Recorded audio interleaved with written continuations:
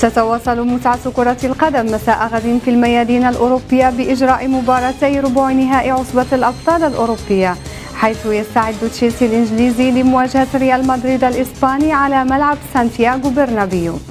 وسيحاول البلوز نسيان النتائج السلبية التي يتخبط فيها الفريق في الدوري الإنجليزي والتوقيع على فوز مهم يمكنه من الاقتراب من أمجاد 2012 حينما توج بالعصبة الأوروبية على حساب بايرن ميونخ في عقر داره.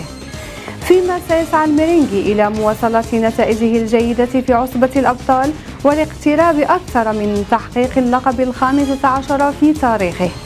وفي ربع النهائي الثاني سيعرف ملعب سان سيرو بميلانو مباراة حارقة بين AC ميلان ونابولي، في مواجهة ستسعى فيها كتيبة المدرب لوتشيانو من الثأر من كتيبة المدرب ستيفانو بعد الهزيمة الثقيلة التي تعرض لها نابولي على يد AC ميلان، وإن كانت المباراة ضمن الدوري الإيطالي سيري A.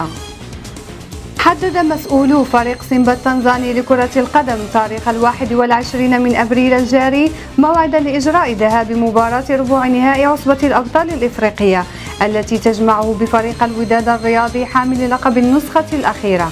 ويواجه لاعبو الوداد إكراه خوض المباراة أثناء فترة الصيام بسبب برمجتها ابتداء من الساعة 1 زوالا، في حال صادف يوم 21 من أبريل الجاري آخر أيام شهر رمضان في تنزانيا. وسيخوض لاعب الوداد المباراة في حال إعلان 21 من أبريل الجاري أول أيام عيد الفطر.